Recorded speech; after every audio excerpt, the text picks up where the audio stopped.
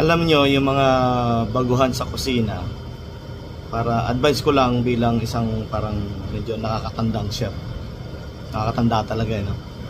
Wag nating abutin agad yung pangarap natin. Tumaas agad ang pwesto sa isang posisyon, maging mataas agad, ano?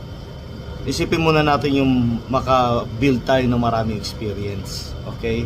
Yung maraming kaalaman kasi dumaan ako diyan, dumaan din ng karamihan sa ganyan na na-promote sa isang kumpanya. Pero yung knowledge niya stagnant. Okay? Yung knowledge niya hindi siya ready na maging humawak sa posisyon na yun kasi darating ang oras na marami kang magiging under sa'yo na maraming experience pero under niya sa'yo. Pagkatapos marami kang magiging parang nakakahiya